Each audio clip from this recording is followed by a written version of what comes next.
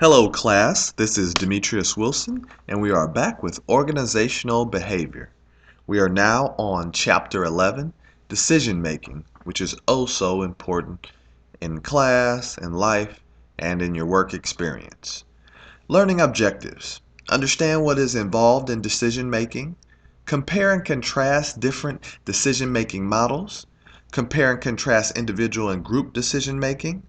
Understand how potential decision-making traps and how to avoid them. Understand the pros and cons of different decision-making aids. Engage in ethical decision-making and understand cross-cultural differences in decision-making. So what is decision-making? Decision-making refers to making choices among alternative courses of action, and it may also include inaction. Maybe you just don't do anything.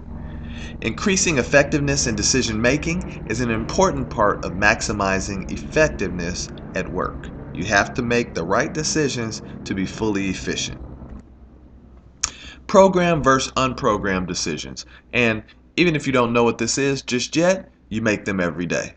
So programmed decisions are straightforward decisions that occur frequently enough that an automated response is developed. The automated response is called the decision rule. Now, on the other hand, you have unprogrammed decisions, which are actually unique and require conscious thinking, information gathering, and careful consideration of the alternatives. So you have to put a little bit more thought into the unprogrammed decisions because those are ones that are going to have a varying thought process because they're not all going to be the same. McDonald's in St. Petersburg, Russia. So it just says managers at McDonald's Hamburger University are trained in decision making. And McDonald's definitely has a great management training program and a very replicable program. They do everything the same at every McDonald's, and that's why they're able to put up so many different franchises. So rational decision making model comes full circle, right? So identify the problem, establish decisions criteria, weigh the decision criteria, generate alternatives, what are our options, evaluate the alternatives, what are our best options, stack rank them, then choose the best alternative, implement the decision, and evaluate the decision, right? It's a continuous circle. You should make sure that you apply this decision-making model when you're attempting to make a decision at work. So flaws of the rational decision-making model, and there are always flaws to any model, assumes that people understand what the decision to be made is, right? That manager could maybe be kind of off base. Assumes that people will know all of their available choices. Maybe they don't know the other options that they have. Assumes that people have no perceptual biases, right? People always have biases. We're humans, we're not robots. And assumes that people want to make optimal decisions. You may think that people want to be fully efficient, but when I try to implement certain things, people are very standoffish because they say, hey, you know what? That's new technology and it's going to put me out of the job. I'm kind of hold back because I don't think I should give them the information to make this optimal decision. And it really does happen in the workplace. So analysis paralysis, right? You're stuck. I can't make the decision. Too much information. Too much time spent gathering the information and no decision gets made. So you're too busy gathering all this information from, the beginning of time to now, and you just don't get a decision made. That's not good at all. Bounded rationality model. So individuals knowingly limit their options and choose the best alternative without conducting an exhaustive search for alternatives. Remember, I talked about the second best answer. Sometimes people are just looking for, hey, this works, good to go, move on to the next thing. So satisficing may occur, which refers to accepting the first alternative that meets the minimum criteria, right? This will do. I'm okay. I'll roll with it. But that's not the way it should be. You should look for the absolute best alternative. A good enough decision is made, and good enough is not good enough. Making intuitive decisions. So within a given situation, experts making decisions scan the environment for cues to recognize patterns, right? It happens all the time in my work environment. Oh, you know what? This client, they fall in this same pattern, and let's go this direction.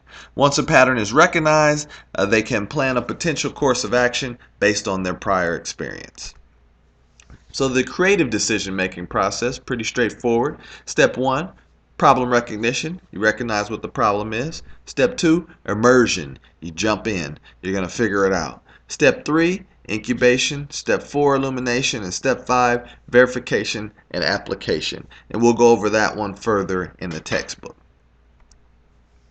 Dimensions of creativity, we'll also go over this in the textbook, but there's flexibility, fluency, and originality. Is your decision creative? And when you say, well, why does the decision have to be creative? Well, a lot of times people don't, what they say, think outside the box. They come with the same solutions, and the same solutions is not going to get you or your company moving forward. It'll get you stuck, staying in the same place, which is actually moving backwards because everybody else is moving forward. Back to our organizational behavior toolbox. So either you now have 11 toolboxes or you have one super big toolbox. So ideas for enhancing organizational creativity. So you have team composition. Diversify your team to give them more inputs to build on and more opportunities to create functional conflict while avoiding personal conflict. Good conflict, we don't want the bad conflict. Change group membership to stimulate new ideas and new interaction patterns. Not the same old stale group. Let's get new people in here with fresh ideas. Leaderless teams, they can allow teams freedom to create without trying to please anyone up front, right? You don't necessarily have to find somebody who's like, oh, I want to make the manager happy. But hey, maybe I don't have the best idea. I want to hear input from the people who work for me.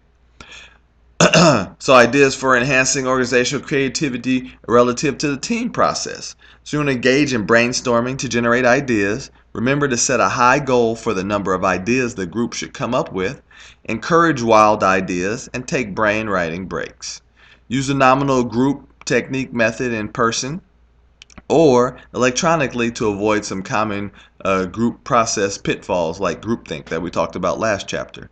And consider anonymous feedback as well. I use this a lot. I don't always want everybody in the same room because they're gonna listen to what the other one says. Hey, I'm gonna ask you a question. I want you to answer honestly on your own without talking to anybody else.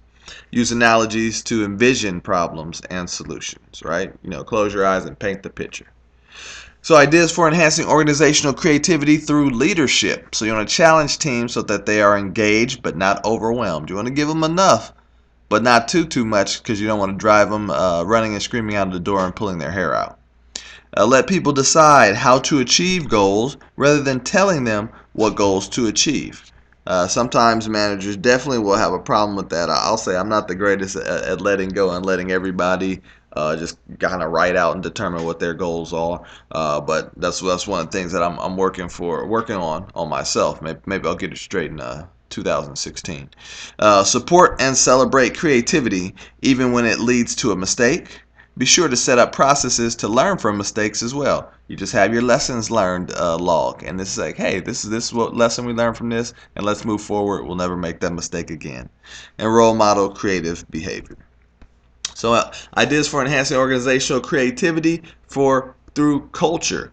Institute organizational memory so that individuals do not spend time on routine tasks, right? Things as implementing macros where it goes through and does the tasks on computers that people are doing manually, but they're doing them over and over again, right? You want to find a way to kind of, like especially in the office environment, to automate those routine tasks. You want to build a physical space conducive to creativity that is playful and humorous. This is a place where ideas can thrive. You look at a place like Zappos. Hopefully I'll post a video for you guys to look at their office environment. I really like it. Seems like it stimulates creativity. Seems like a fun place. Incorporate creative behavior into the performance appraisal process, right? So you make it important, like, hey, we're gonna think about creativity. We're gonna see how creative you can be throughout the year, and it's gonna be on your evaluation. Creative individuals are open to new experiences, are less conscientious, are more self-accepting, and are more impulsive. Is that you? Are you creative? If you're not, try and be more creative. You may come up with the greatest idea. Ideas for enhancing organizational creativity, brainstorming, of course. We're going to sit in a room, we're going to throw some ideas up there. We're not going to be biased and kick out anybody's ideas until the next phase in brainstorming, where we actually start crossing out some of the bad ideas. Idea quotas, right? So you have a quota. You know what? You need to come up with 3 ideas every week and submit them to me. Some are going to be good, some are going to be bad, some are going to be ugly, but we're going to take the good ones and we're going to move on them. And wildstorming, just coming in there, and just throwing pretty much anything up there. So choosing a decision-making model. So on the left side, they have the decision-making model, and on the right side, it says use this model when. And so rational. Use a rational decision-making model. When information on alternatives can be gathered and quantified, the decision is important, and you are trying to maximize your outcome. Decision-making model is bounded rationality, and you use this model when the minimum criteria are clear, you do not have or you are not willing to invest much time in making the decision, and you're not trying to maximize your outcome. Intuitive decision-making model, use this model when goals are unclear, there's time pressure, and analysis paralysis would be costly. You have experience with the problem, right? So you can use your intuition. And last but not least, the creative decision-making model. You're going to use this when solutions to the problem are not clear, new solutions need to be generated, and you have time to immerse yourself in the issues. More great discussion questions. Be sure to review those with someone. Faulty decision making. Overconfidence bias. I've got it. Like I mentioned earlier, the guy on the Allstate commercial where he's like, "Hey, I can juggle that fire flame and the chainsaw. I've got it." Overconfidence bias. So you don't want that. Hindsight bias. Somebody looking back says, "Oh, I told you guys we shouldn't do that, but it's way too late now." Anchoring bias, framing bias, escalation of commitment. All of which we're about to go over and review. So opposite biases. So overconfidence bias, overestimating the ability to predict future events. And that's a big one because a lot of times, especially in my workplace, forecasting is involved. And if you're overconfident in your skills, then when that time comes up that you're wrong, it's going to be a big hit. 82% of drivers surveyed feel that they are at the top 30% of safe drivers, right? So if you look at the numbers, 82% say they're at the top 30%. Well, that doesn't make sense. Only 30% can be at the top 30%. They're overconfident. And doctors consistently overestimate their ability to detect problems. Hindsight bias, looking backward in time where mistakes have made seem obvious after they have already occurred, right? Well, hey, that's too late. You need to have that hindsight bias. You need to know that up front and then alert everybody and let them know. May cause an individual to incorrectly believe in their ability to predict events, and most harmful when judging someone else's decisions, right? Someone makes a decision, you say, you should have, no, you're not the one actually making the decision, so you shouldn't judge. Anchoring is a tendency for individuals to rely too heavily on a single piece of information, right? Oh, I got this one piece of information, I'm sticking to it, everything is judged by this piece of information. And framing bias, the tendency of decision makers to be influenced by the way that the situation or problem is presented, right? The Dabney Brickney, I think it was his name, thing on the Cosby Show, if anybody remembers. So one of the daughters brought a guy home, and he was explaining. He said, "Hey, this is a nice lobster dinner, and it's on a plate. It looks good. But you throw the lobster dinner on a trash can, and it's presented that way, then it looks bad." So it's all about the way it's presented. So framing bias, the person's going to be influenced by the way that the situation or problem is presented, just like he said. So that's the Dabney-Brickney experiment with the lobster on the trash can. Escalation of commitment, continuing on a failing course of action after information reveals that this may be a poor path to follow. And people do it all the time because they just don't want to admit to be wrong. Driven by individuals' desire for consistency, and intention is to avoid admitting a mistake. Oh, maybe it'll all work out. It's not going to all work out. You messed up. You made a mistake. Fess up to it. Change it. Do the best you can to rectify it. In case in point, Motorola. They fall prey to escalation of commitment. They released their Iridium phone to the market in 1998. Look at that phone. Would anybody rock that? The phone cost $3,000 and it was literally the size of a brick, right? So this is past Zach Morris time, so it's no reason for someone to have a brick phone. And who's going to buy that and who's going to pay $3,000 for it? More discussion questions, please be sure to review them. When it comes to decision making, are two heads better than one? Well, sometimes. Group decision making draws from experiences and perspectives of a larger number of individuals. Groups have greater potential to be more creative, which can lead to more effective decision making. Groups make the task more enjoyable for members, and group members will be more invested in the decision. All right. So you might say all things lead to or point towards two heads being better than one, but they are. But sometimes it's not. Sometimes it depends on who's in your group, and we reviewed that in prior chapters. Groupthink. And, a lot of us remember this, and it's very sad. Group pressure, a phenomenon that increases the risk of the group making a flawed decision by leading to reduced mental efficiency, reality testing, and moral judgment. So the Challenger exploded 73 seconds after liftoff, killing all 7 astronauts aboard. And that was something that people actually challenged, and they said, hey, we shouldn't do this because these are the reasons that people still want to go forward with it. All right, so you can definitely look that up, and I think it even has a case in the book. 8 symptoms of groupthink: illusion of vulnerability, collective rationalizations, right? Oh yeah, I rationalize it this way. All right, that sounds good. Let's both get on board. An unquestioned belief in the group's inherent morality, right? Everybody's moral. Everybody's looking for the right thing to do for the company. Yeah, maybe not. Stereotype views of outgroups. Direct pressure, right? Some people may put pressure on you within the group. Self-censorship. I don't want to really say too much. Illusions of unanimity. And the emergence of self-appointed mind guards, right? All of these things are symptoms of groupthink within your group. So back to our organizational behavior toolbox. So recommendations for avoiding groupthink. So groups should discuss the symptoms of groupthink and how to avoid them. Assign a rotating devil's advocate to every meeting, right? So it's not always the same person. Invite experts or qualified colleagues who are not part of the core decision-making group to attend meetings and get reactions from outsiders on a regular basis and share these with the group. Encourage a culture of difference where different ideas are valued, and debate the ethical implications of the decisions and potential solutions being considered. That's how you fix groupthink.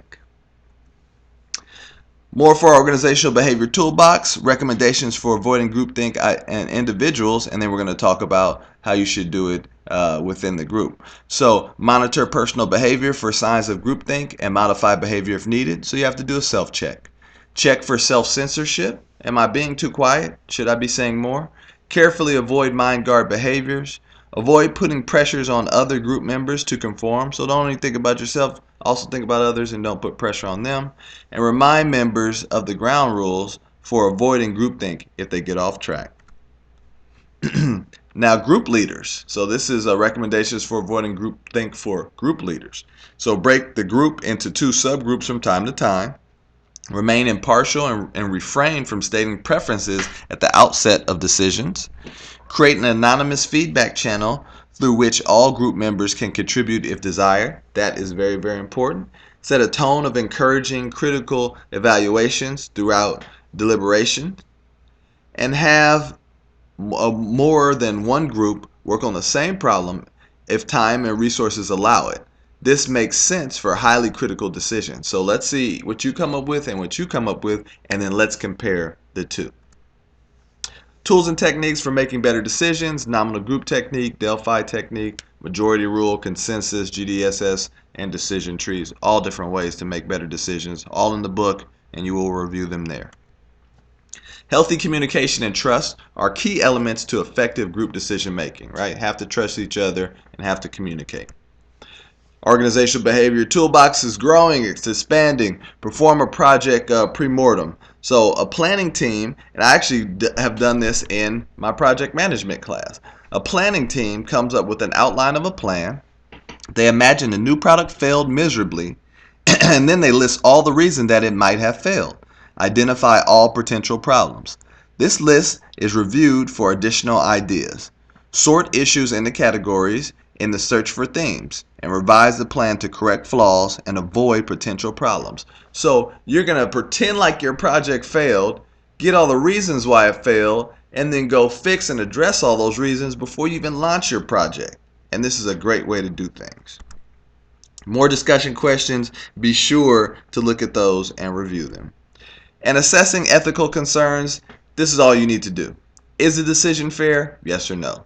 Will I feel better or worse about myself after I make this decision? Yes or no. Does this decision break any organizational rules? Yes or no. Does this decision break any laws? Yes or no. How would I feel if this decision was broadcast on the news? Well, maybe I feel good, maybe I feel bad. But this is a simple step-by-step analytical way to decide if what the decision that you're making is ethical. It will help you in the long run. Different cultures have different styles of decision making, so awareness of national cultures is important in effective cross-cultural business interaction. So in all that we're talking about, typically towards the end of the PowerPoint or end of the chapter, we talk about culture and everything, and you have to know that this is a very multicultural country, and we do a lot of business abroad. So you have to know and understand the differences in culture to be successful, especially in an international environment. And more discussion questions, be sure to review them. Family, friends, classmates, whoever, guy on the street, guy on the bus. Ask them questions. Well, maybe not the guy on the bus. He may be weird. But ask them questions and get some feedback, and then give them your feedback from what you think of the questions. And how can you develop your personal decision-making skills? Be proactive to gain quote-unquote buy-in before the decision is made. It's very important to get buy-in, especially from people that may report to you. Later on in the lectures, I'll give you guys an example of where I made a mistake and didn't get the appropriate amount of buy-in and how that backfired within the workplace.